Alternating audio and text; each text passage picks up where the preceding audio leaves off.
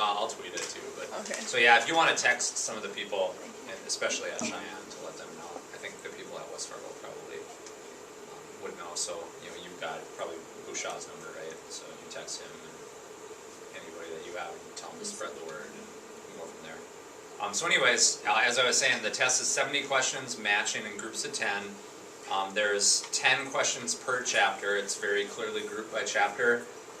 And then there's going to be different colored essay sheets. So you'll get one, and then you pick one. We're only doing one of the essays on the sheet instead of both of them. So it's not like you have to write twice as much, you know what I mean? So as much as we did last time, that's kind of what I expect. And then you turn it in, and I'll just basically double what the points are. So you pick the one that you know the best. The other thing with the essays is, remember how we watched the 2 longer videos? Stress Portrait of a Killer and The Science of Sex Appeal.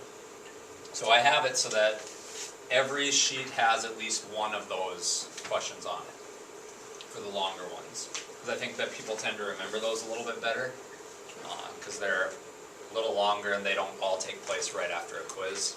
So just so you know ahead of time that there'll be at least one stress or sex appeal question on the essay question you get, okay? So then again, it's chapters 8 through 14. We reviewed in class today, so it's going to kind of largely be the same things we did in the review, in that I'll basically just ask you questions, and this isn't really a game now, but I'll kind of talk you through some things. So starting with chapter 8, chapter 8 has to do with development across the lifespan. The big debate in development has to do with whether something is more about biology or more about the environment or how you were raised. What's that debate called? The nature-nurture debate. What of those two terms refers more to biology? Nature. And what refers more to environment? Nurture, exactly. Taylor, can you flip the switches off on those so that the fan's not running? It's in the back. It should be in the back, yeah, thank you. And then everybody else, can you remind me to flip those on when we leave so that it charges? Sound good? Thank you. Okay, also in development, one of the big things is the different stages of development, how they break things down. So probably the biggest, most influential guy in development is Jean Piaget.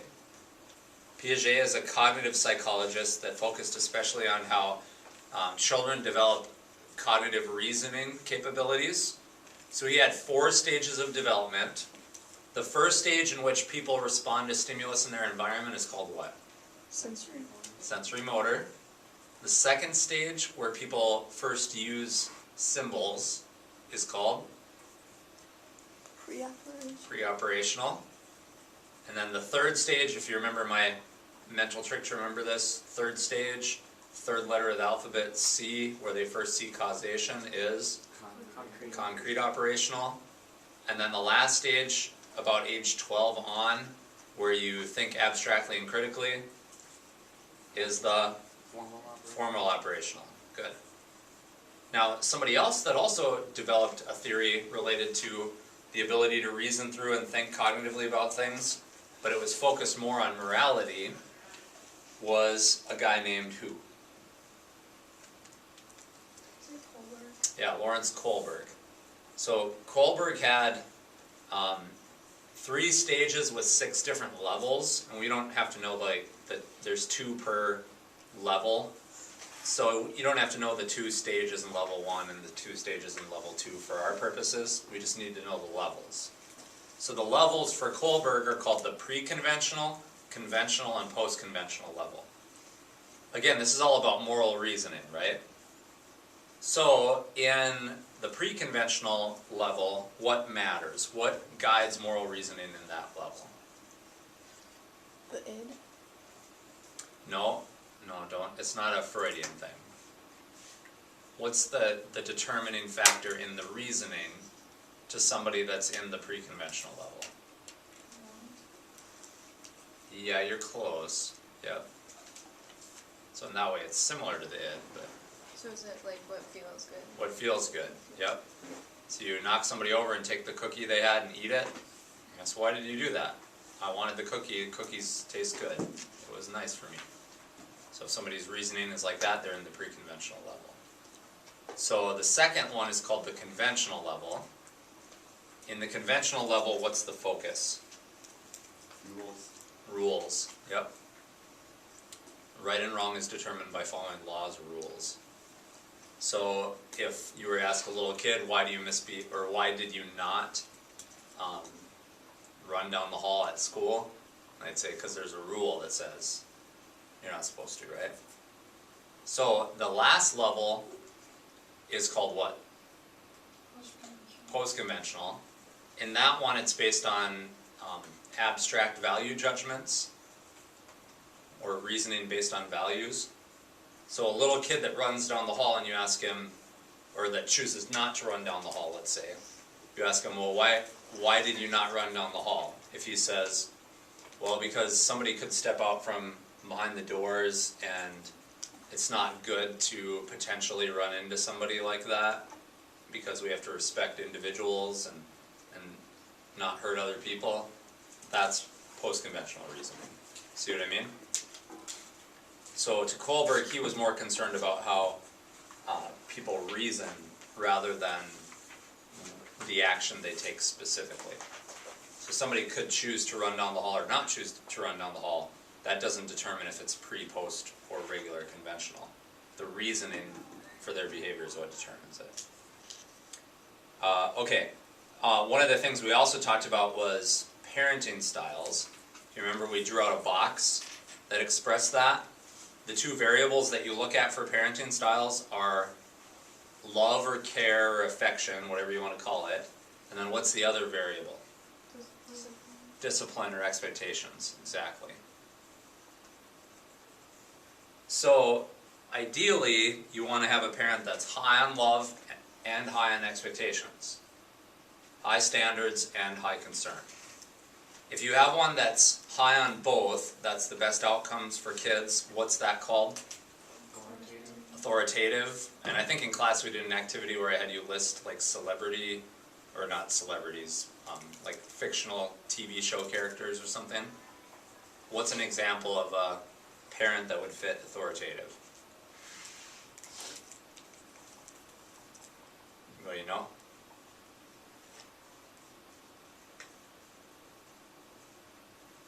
The dad from Full House. Yeah, the dad from Full House, Danny Tanner.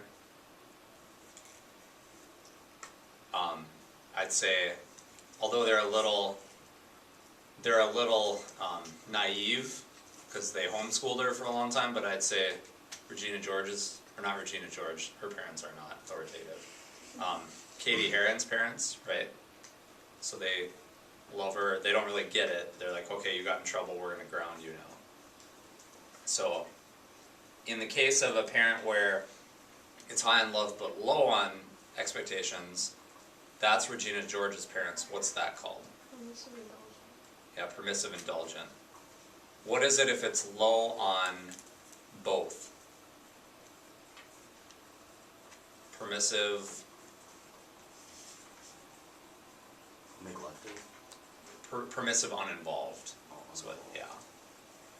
And different people call them different things. Sometimes they'll say just uninvolved, sometimes they'll say laissez-faire. There's different takes on how to say that. What if it's high on discipline but low on love? Authoritarian. Yep. So in terms of this, you know, it's matching in groups of, just to talk about the test, it's matching in groups of 10, so there's not a lot of, like on the quizzes it says, Bill is a student in the school, Bill does this, after he does this, this happens.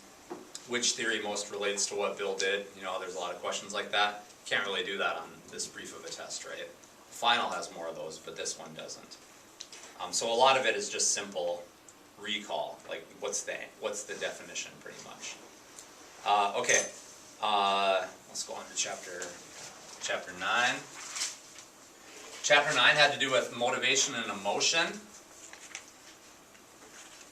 If you are motivated, let's say you're in a job, and you're motivated because you want to get a bonus, or you want to get a promotion, or you want to make more money, what's mainly motivating you? Extrinsic motivation, yep.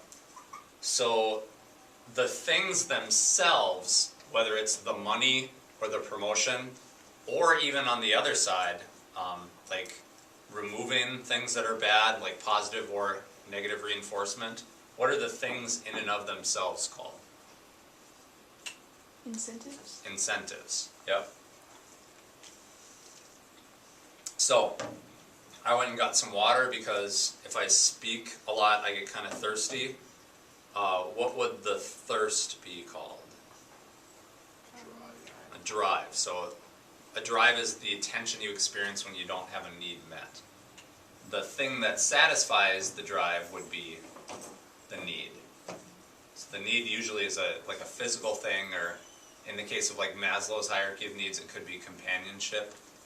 But needs are usually expressed in terms of safety, heat for your house, clothing, food, water, etc. Sleep. In humanistic psychology for motivation, remember we had Maslow's hierarchy of needs? We have the different needs you have to fulfill. And if you don't meet the physiological needs and the safety needs, you can't move up to reach esteem needs and so on. What's the pinnacle called? Self-actualization. Self-actualization. Yep. Even though people, generally, I'm going to reword that a little. Hold on a second. Okay, what's the term for behaviors or thoughts that an organism engages in which are not helpful in its survival? Maladaptive. Yep. When we talk about emotions, there's a lot of debate about exactly where emotions come from. There's a few different theories that explain that. One of the theories basically says that you feel the muscles in your face in terms of if you frown or smile or whatever, and then that feeling in your face tells you, oh, I should be happy now because I'm smiling, or I should be sad because I'm frowning, or whatever. What's that theory called?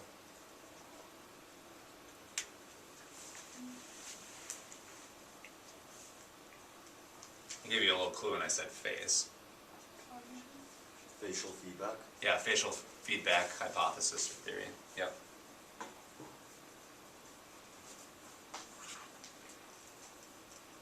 There's another one that says that the physiological reaction leads to the labeling of an emotion. So what that's in essence saying is that, you know how if you're afraid, you like you almost got hit by a car and you're driving and somebody cuts you off and you have that near collision, you know that feeling you get in your gut, like, holy crap, right?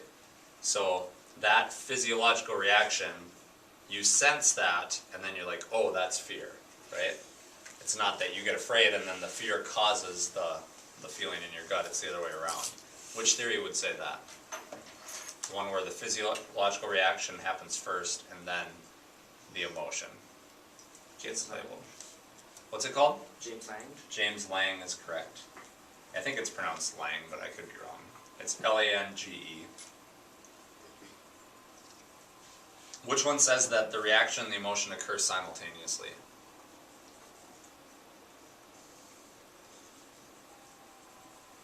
These are named after people, right? Is this like the canon bar? Cannon Bard is correct, yeah. So look through a few of those. There's 3 of those on the test, 3 of the examples. Okay, let's move on to stress and health then. One of the concepts we talked about in this section was the general adaptation syndrome. That's the term to describe the physiological process people go through when they're exposed to a stress or a stressor and then they experience stress. What's the first stage in that? Alarm. Yep. So that your sympathetic nervous system is kicking up, right? Fight or flight response, telling everything to get ready. And then the second stage is resistance. And then after being in resistance for a while, eventually you're going to hit the last stage called exhaustion. So even if you haven't dealt adequately with the stress, you're gonna hit the exhaustion stage eventually. So what's the part of the autonomic nervous system that then tells everything to slow down. Parasympathetic, yep. Okay, another thing we talked about was conflict situations, where you basically have to decide what you're going to do when you're given a couple of different options. What if you're trying to decide with one option whether you should do it or not? What's that called? Approach avoidance, yep. What if it's two options that have some good and some bad?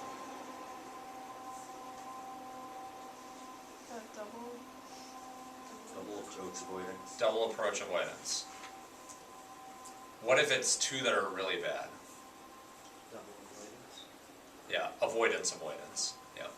So like, you go to the doctor, and the doctor's like, you have this really bad form of cancer, you can do this really painful treatment that might not be successful and cost a lot of money, or you're gonna die, you know what I mean?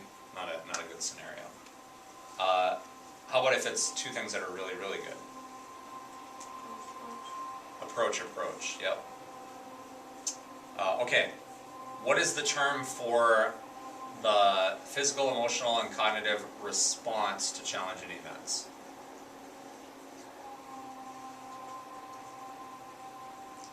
Stress. Stress is correct, yep. What are the events that produce the stress called? They're called stressors, yep.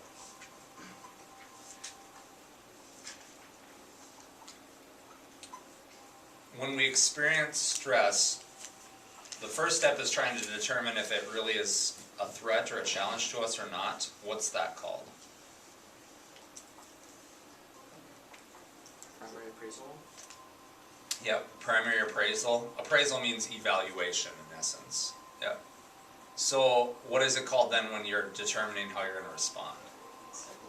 Secondary appraisal. Now let's go back. Let's say you hear like, hey, real loud. You're walking in the mall and you hear yelling, hey! And you turn around and it's like somebody you hadn't seen in 3 years that you really got along with. And they like run up to you and like, you're going to be a little freaked out for a second, right? Because they yelled at you. What kind of stress would that be, though? Eustress, because it's generally positive, right? What if you hear, hey, yelling real loud, and then you turn around and it's like some dude with a gun that has it pointed at you? Distress, okay? A little extreme example, but you get the idea. Okay, let's go on to chapter 11. Chapter 11 is on social psychology. Group dynamics, how groups can influence people, all that. One of the studies we talked about in there involved Solomon Ash's study, where he drew lines on the board and then asked people in groups which line they thought matched the corresponding lines. But if you remember in the study, he had people intentionally lie, and then they wanted to see if one person would match the rest of the group to avoid like rocking the boat or fit in or whatever. What's that called when people go along with the desires of the group? Conformity. Yep. What if let's talk about the other study, the other main one we talked about in the chapter, the Milgram shock study, where you had people like teachers that would have to push a button that would supposedly shock somebody. What were they testing there, since there was an authority figure? Obedience. Yep. If you, let's say when you go to college like Florida State or Wichita State or something, right? And it's kind of a long ways away, and nobody else is there that you know. So the first week you're there, you're at a dance, and you just go nuts. Like, you dance more crazy than you would normally or whatever. I don't know, okay? I was going to say, you like participate in a riot and like rob some stores and beat up some people, but I couldn't see you doing that, so that's good. But let's just say you do that, right? And part of your thinking is, I can get away with this because nobody really knows me. What's that called?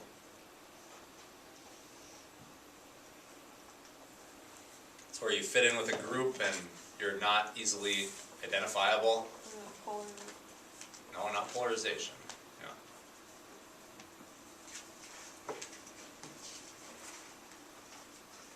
It's de-individuation. De-individuation. Polarization is where if you tend to hang out with a group that's fairly homogeneous ideologically, meaning you don't get a lot of different viewpoints, the tendency is for the groups to divide, right? So if you go into a group and hang out with a group that is like super, or not even super, like right away they're very big into animal rights, and then that's all the people you hang out with, animal rights, you don't hang out with like maybe farmers that work with animals and end up selling them for butchers so that people can eat the animals and stuff. So your view of farmers and how they treat animals might become more extreme over time, right? That's polarization. Does that make sense? Okay, what is it where there's pressure to make a decision, there's often a strong leader, and there's an emphasis on unity, and that results in bad decisions? Groupthink. Groupthink, yep. How about like if you're in a group, we experience this a little bit in all classes I think, but in my world history class they do this top 10 project where they have to rank the 10 most influential people in world history, and they had to turn those in today. So they basically have to do a lot of sheets like this and kind of debate it and discuss it, while some people's partners didn't work as hard as they could, right? So what is it if you slack because you know that some other people will pick up the slack for you? Social loafing, yep. How about if you do it better when you have groups there? You do something better in the presence of other people. Social facilitation. Facilitation, yep. So I've seen people, as a coach, that in practice they're like very good, and then when it comes to game time they play a little timid. I don't know if it's because it's the game or because people are watching or whatever, but what would that be an example of?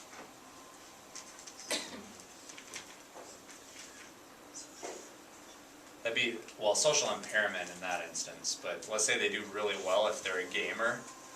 What's that? Like they rise to another level when they're at the game. What would that be called? It's the same thing as before, I'm just giving you an example. Social facilitation, right? Same thing.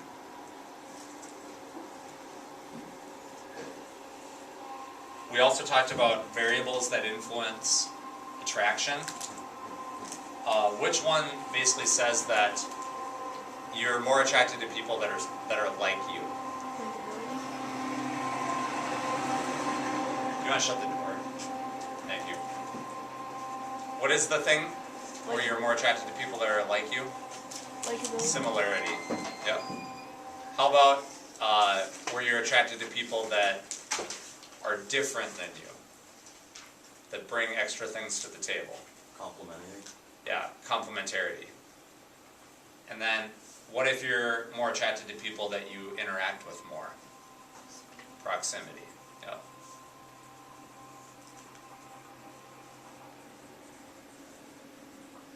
What's the term for the phenomenon where you're less likely to get help in a situation where there's a ton of people? Bystander effect. What causes that? Diffusion of responsibility. So everybody, if you walk through the comments and you see there's somebody that's picking up this big mess or whatever, and they're like, oh, I need some help, and there's 100 people there, it's easier for you to say, oh, maybe somebody else will do it. Whereas if you're the only person, it's harder for you to think that they'll get help from somebody else. Okay, let's go to chapter 12. 12 talks about theories of personality. In one view of personality, the psychodynamic view, our personalities are all composed of 3 elements: the id, the ego, and the superego. Which one is present from birth, very selfish, and demanding? The id, yeah. Which one develops over time by interaction, by taking the norms of society and like internalizing them, and then it counters the id? Superego. The superego. And then which one tries to basically get what the id wants in a manner that's acceptable? The ego. So we'll be able to identify differences between those. We also talked about defense mechanisms. There are a number of different ones that we discussed. Who can give me an example of one? I think we did an activity one day, right? Like most obvious one is denial, right? So somebody is really upset, dislikes one of their coworkers, but they actually aren't aware of it at a conscious level, right? With defense mechanisms, they end up getting pushed down below the surface into the unconscious. So denial would be like James has a classmate that he doesn't really like, and like, hey, you don't really like that person. He's like, no, they're fine. I think they're okay. No, I can tell just by, no, they're okay. And in reality, he doesn't like them. So denial is an example of that. Okay, so give me some more. There were a bunch in the notes, some in the table. What's another example? Repression. Which one? Repression. Repression. Repression is where you push things under the surface, like memories or thoughts.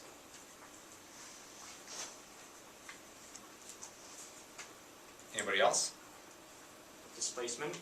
Okay, displacement, how does that work? You would take one negative thought and kind of maybe take it to something else. So if you get mad at getting a bad grade, you might, like, for instance, your son punched the door. Yeah. Something like that. Yeah. So you're mad about a grade or a job or a game or whatever. So you can't act aggressively towards the other person or the group that's most responsible for that. So instead you take it out on somebody else, right? So let's say you have a bad day here, you go home, get in a fight with your brother. Another example. I didn't even know, that was a good example. I didn't even know I still had this on. Anybody else? Okay, so there's a couple defense mechanisms in there, so know what those are. What is the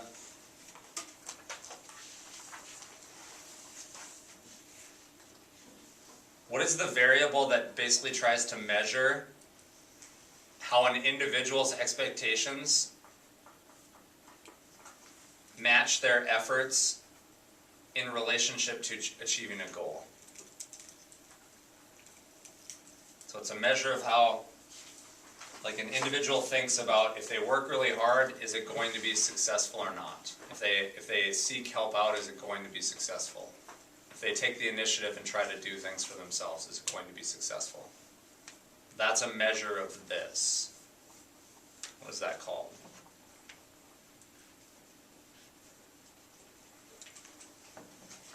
So let me give you a related term. What's the measure of the positive or negative view that somebody has of themselves? What's that called?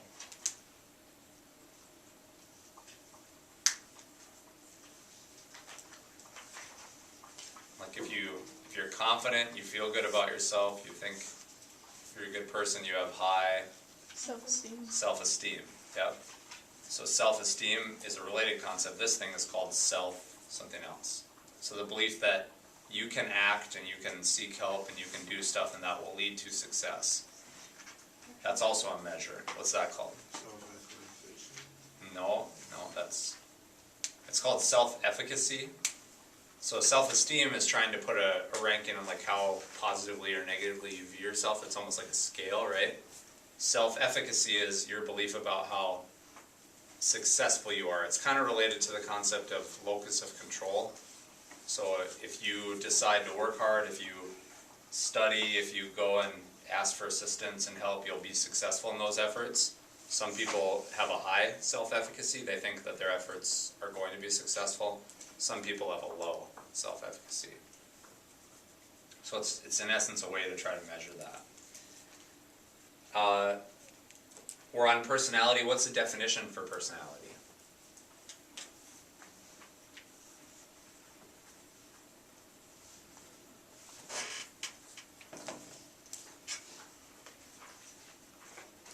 What's the definition for personality? Unique and relatively stable ways in which people think, feel, and behave. Verbatim from the text, right? Yeah. So, yeah. So consistency, right? It's not like one day I'm super introverted and the next day I'm super extroverted. There's some changes though, right? If I'm tired or whatever, but it still kind of stays within the same range. So consistency and unique patterns of thought, acting, attitudes, emotion, and so on. What if it's present from birth? What's the tendency to have personality traits from birth called? Temperament. Temperament.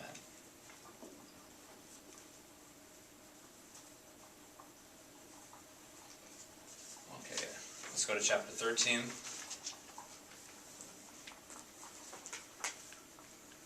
Chapter 13 was all about disorders. What's the name of the text used to diagnose disorders? DSM, Diagnostic and Statistical Manual. Which version are we on now? 5. The 5th one. How's that developed? Like as we learn more about mental illnesses. Yeah, that's true, but how do we figure out what gets put in there or changed or not? They basically have a committee that meets whenever they have to do a rewrite. Probably starts out with like 100 people and then gradually narrows it down.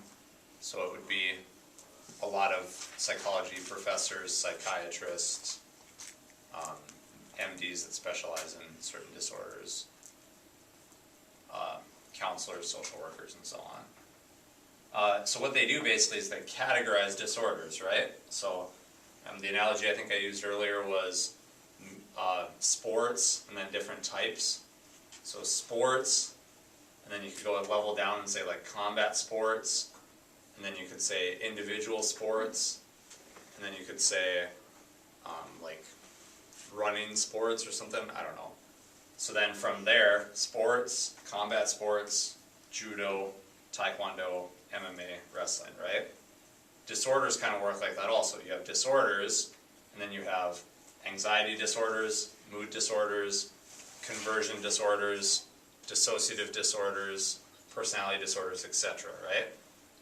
What's the category of disorder where you lose identity and you lose memory? Dissociative. There's 3 main types of dissociative. What's the one where you still only have one personality and you don't run away, but you lose memory and you might forget who you are also? What's that called? Dissociative personality disorder. No. Yeah. Dissociative amnesia. Yeah. What about if you like lose identity, lose memory, and you run away? Dissociative fugue. And then the one that gets maybe the most press in the media or movies or whatever is where you have multiple personalities, including like a core or host personality and then alters. And often the alters are designed to kind of deal with unique situations or problems, maybe be protective of the host. What's that called? Dissociative identity. Yeah, dissociative identity disorder used to be called multiple personality disorder. Okay, what's the category of disorders that involve severe disturbances in affect and emotion?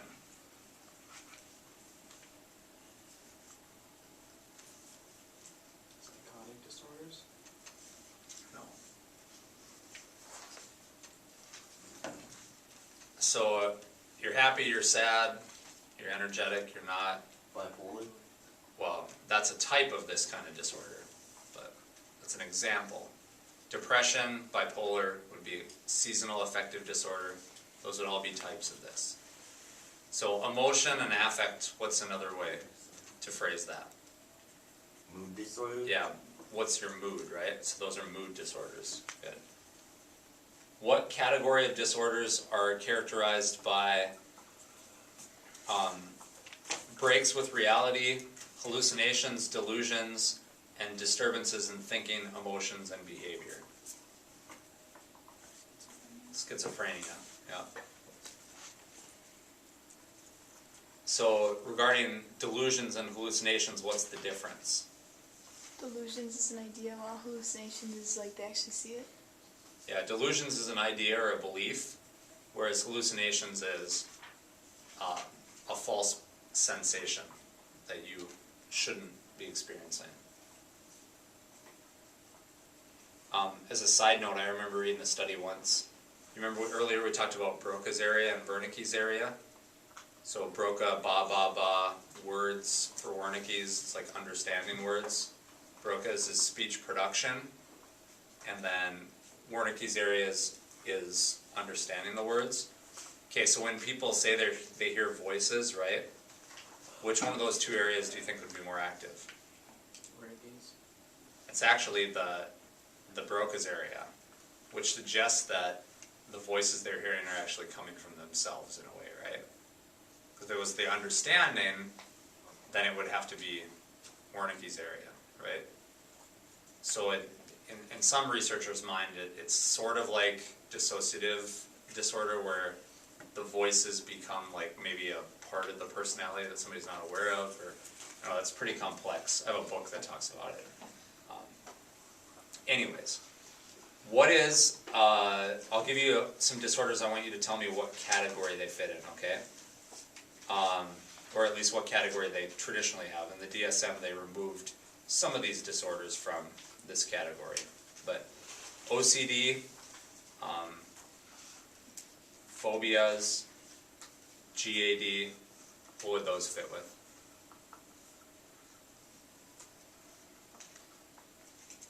Obsessive compulsive disorder, phobias, and GAD or generalized anxiety disorder fit what category? Anxiety. Anxiety disorders, yeah. I didn't want to say generalized anxiety because I give the answer away. Okay, so going through that, PTSD used to be in that category. What's the defining characteristic of PTSD? There's a specific event. Yeah, it's tied to an event in the past, and the person has like flashbacks where they relive that event. What's the difference then between that and a phobia? Phobias are irrational fears. Yeah, that'd be excessive and irrational. With phobias, you usually can't point to, like in the past, somebody that's, like the lady that was afraid of the clowns when we saw, she has no memory of ever being like assaulted by a clown or whatever. Looks like your things will turn out of battery. It is it? Well, I'll go on to chapter 14 then to make sure we get some. So, chapter 14, there was only like a couple more things. Chapter 14 is on treatment. Remember the different theories in psychology? Psychodynamic, behaviorist, humanistic, etc. Different ideas match different methods of treatment. What is a behaviorist method where you try to allow the patient a way where they can earn stuff over time by trading in stickers or like fake money or something like that? Token economy. Token economy. How about when you pair undesirable behavior with undesirable responses? Aversive therapy, yep. So you got a guy that smokes a lot, and you want him to quit smoking, and if he goes 5 days without a cigarette, you can turn in like 5 tokens to get like a free movie ticket or something. Would that be aversive, or would that be a token economy? Token. A buddy of mine, when he was really little, his dad chewed, and his dad didn't want him to chew. So when he was like 6 years old, he's like, "Dad, can I have some of your candy?" He's like, "Sure." And his dad gave him a can of his chew, and my buddy ate a bunch of chew as a 6-year-old, and then after that he couldn't stand it, like for the rest of his life. That, not the most ethical thing, but that'd be an example of aversive, right? You're trying to basically condition a taste aversion in somebody. Okay, let's talk about some psychodynamic approaches. What is the one where you look at blobs to try to say what they are to reveal something in the subconscious? That's called what? You look at ink blobs? ink blots to try to figure out something? Free association. No. Free association involves speaking. You're like looking at the ink blots. The Rorschach test, yep. With free association, the patient just sits there and just talks about whatever comes to mind. They don't have a prompt. In a Rorschach test, you see the ink blob, it gives you a prompt for something to look at and think about first, right? So in the free association, the therapist just says, what are you thinking? And the client's just supposed to say whatever comes to mind about anything.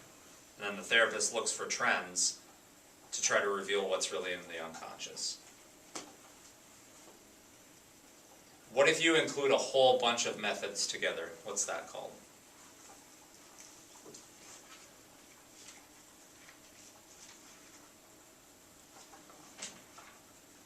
Like, I have a fairly wide taste in music. You could say that I have a blank taste in music. It's a more specific term. Are you selectric something? Yeah, close. Eclectic. Eclectic, yeah. So you could say I have an eclectic taste in music.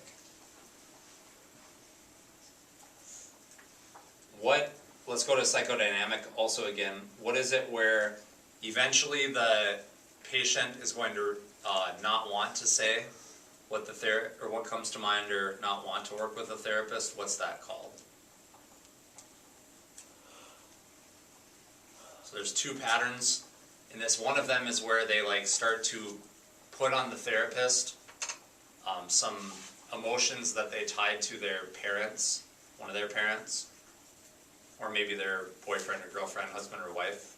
So they might find themselves angry at the therapist. That's called transference, right? What if you don't want to talk to the therapist anymore? What's that called?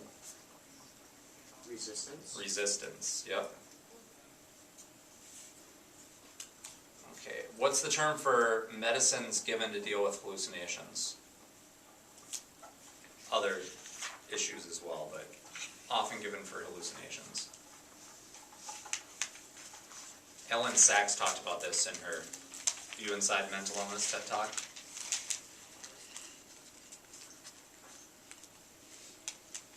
What kind of medicines are those? That's a biological approach, right? They'd be called antipsychotics, yep. Okay, what's the term for any type of treatment that's designed to put people in a situation or near things that maybe they're not comfortable with? Just the broad term for that? Exposure therapies. What's the one where you put them in like sink or swim, baptism by fire, like what's another term for that? You know, where you just totally expose them to something very rapidly. Flooding, yep.